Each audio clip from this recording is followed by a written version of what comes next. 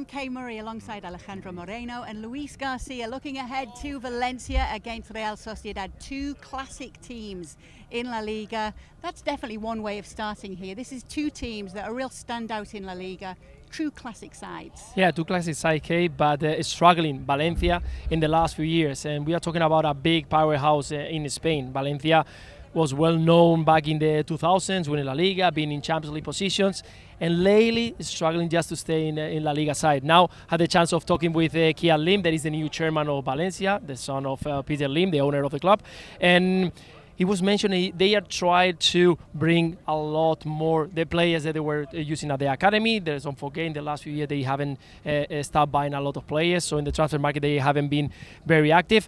But this team managed last season to finish 12th in La Liga, and now the option is to try to get closer to European position and bring back again the supporters that they are big in Valencia. Yeah, they're calling him Carlos Corberán, who came in and changed things last season. El Mago Corberán. Can he have a top of the table finish this season?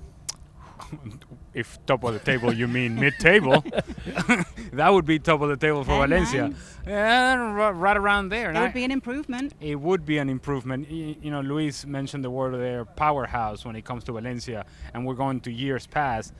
It's been lacking a whole lot of power failure, power shortage when it comes to Valencia. And when you think of Valencia and you think what we believe that they could be, it doesn't match what the reality is of this club. And the reality is that for them, priority number one is staying up. Yeah. Staying up. That's where we are with Valencia. And then from there you can start talking about, hey, maybe we sort of back into a European position. But Valencia, a team that we think and a club that we think should be better than they are, right now their priority is let's not suffer. Let's cut down the suffering, and if they're going to do that, they need to get off to a good start. Yes, and then we must talk about Real Sociedad, of course, who they are facing in this game. Sergio Francisco has come in here. The Imanol era is over. He's over, and again, it's Real Sociedad who managed to get in the top 6, trying to get once again the old times Real Sociedad to play in the Champions League. But again, it's a team that is being built to don't struggle either. Of course, getting closer is okay, but they don't want to suffer getting closer to relegation spot, because they are a team that they sell players. It's no team that they can keep the top players. Now they managed to keep one of the best ones. There is Takekubo, I think the most impressive player last season, and this year is going to be once again the player who has to follow and have to bring something, an excitement up front. But it's a team that they don't buy many players, and they use the youth that they have.